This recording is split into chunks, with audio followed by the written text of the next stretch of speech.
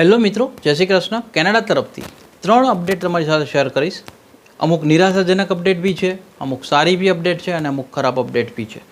તમે આ મારા ઓપિનિયન છે, તમે તમારો ઓપિનિયન એક વખત વિડીયો જોજો, ત્યારબાદ શેર કરજો તો કોમેન્ટની અંદર કે તમને શું લાગ્યું, અને તમારા કોઈ સવાલ હોય તો બી કોમેન્ટ કરતા રહેજો.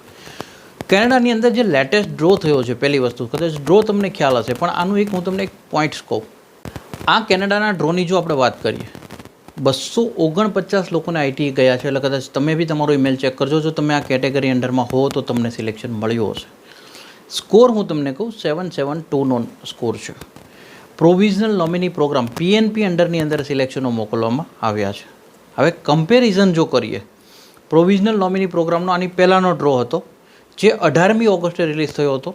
192 નંબર ઓફ આઈટી ઇસ્યુ થયા હતા, 800નો CRS હતો. એટલે આ એક સારા અપડેટ કહી શકાય કે એટલીસ્ટ 772 પર આવ્યા, એટલે કે પોઈન્ટ્સ ડાઉન થયા.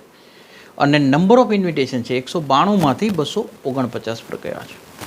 હવે આ જ વસ્તુ મને નિરાશાજનક એટલા માટે બી લાગી કે નંબર ઓફ સિલેક્શનો જે કેપિંગ હતા, જેનો આપણે ઓલરેડી એક વિડીયો બી શેર કર્યો હતો કે એજ્યુકેશન, ટ્રેડ અને સોશિયલ સર્વિસીસવાળા અથવા હેલ્થવાળા, જેની અંદર ઓલમોસ્ટ હું તમને કહું કે 6,000 જેવા કેન્ડિડેટ હજી પેન્ડિંગ છે.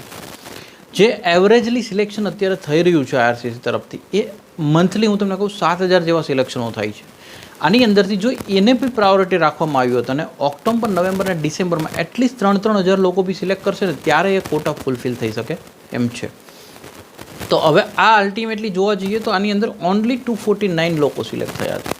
જ્યારે નંબર જે પેન્ડિંગ હોય તમને બતાવ્યા હતા એક વિડીયોની અંદર બી ઓલરેડી, એની અંદર તો 2,54,000 જેવી ફાઇલો પેન્ડિંગ છે. સામે અગર કદાચ તમે જો જોવા જાઓ તો ડિમાન્ડિંગ કેટેગરી એટલે કે એજ્યુકેશન, હેલ્થ કેરવાળા જે ગવર્મેન્ટ તરફથી જ ઓલરેડી અહેવાલ આવ્યા હતા કે ભાઈ જેની અંદર ડિમાન્ડ રાખવામાં આવી છે, આ બધા ભેગા થઈને બી 6,000 થી 8,000 ફાઇલો એવી છે કે જે હજી વેઇટિંગની અંદર ચાલે છે.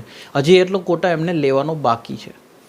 તો આની સામે કદાચ જો આ નંબરો જોવા જઈએ ને કે 249 નંબર, તો એ થોડું આપણને નિરાશાજનક લાગે. આ સાથે જ હવે આપણે પ્રોવિઝની અપડેટ, જે બીજી અપડેટ છે એના ઉપર જઈએ. જ્યાં આગળ હું તમારી સાથે વાત કરું કે મેનિટોબાના ડ્રોઝની વાત કરું. સ્કિલ વર્કર ઇન મેનિટોબા અને skill worker overseas category.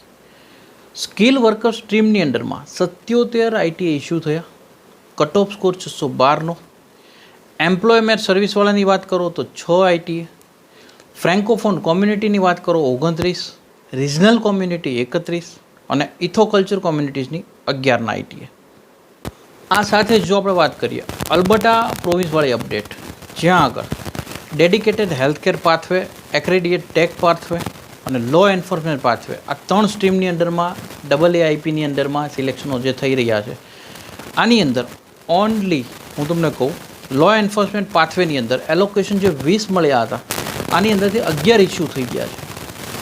9 steel pending છે, પરંતુ હજી આ 9 લોકો માટે આ 3 મહિનામાં જો સિલેક્શન આવી જાય તો જ આ બેટર ઓપ્શન્સ એમના માટે રહી શકે છે. પરંતુ આની સામેનું જો અગર લાસ્ટ અમુક સિલેક્શનો જોઈએ તો 10 કરતાં બી ઓછા આઈટી આ કેટેગરીની અંદરમાં સિલેક્શન થઈ જશે. તો એને કારણે એવું કહેવાય છે કે અલ્ટિમેટલી આ પાછું એક નિરાશાજનક અપડેટ લાગે આપણને. આ બધા મારા ઓપિનિયન છે. તમારા જે બી ઓપિનિયન હોય તમે કોમેન્ટ કરી શકો છો. બને એટલી જેટલી બી ડિટેલ આવી છે, બહુ કોઈ ખાસ ના હોવાને કારણે બધા અહેવાલોને બને એટલા સરળ કરી અને તમારી સુધી જે આપવા જેવી માહિતી છે આપવાની અમે કોશિશ કરી છે, જેથી કરીને તમને અવેરનેસ વધી શકે. જો તમને સારી લાગી હોય તો લાઇક કરી દેજો, મેક્સિમમ લોકોને વિડીયો શેર કરતા રહેજો, કારણ કે સ્પ્રેડ એજ્યુકેશન, સપોર્ટ એજ્યુકેશન, આપણે ઓલવેઝ એજ્યુકેશનને સપોર્ટ કરતા રહીએ. Thank you so much. જય હિન્દ, જય ભારત.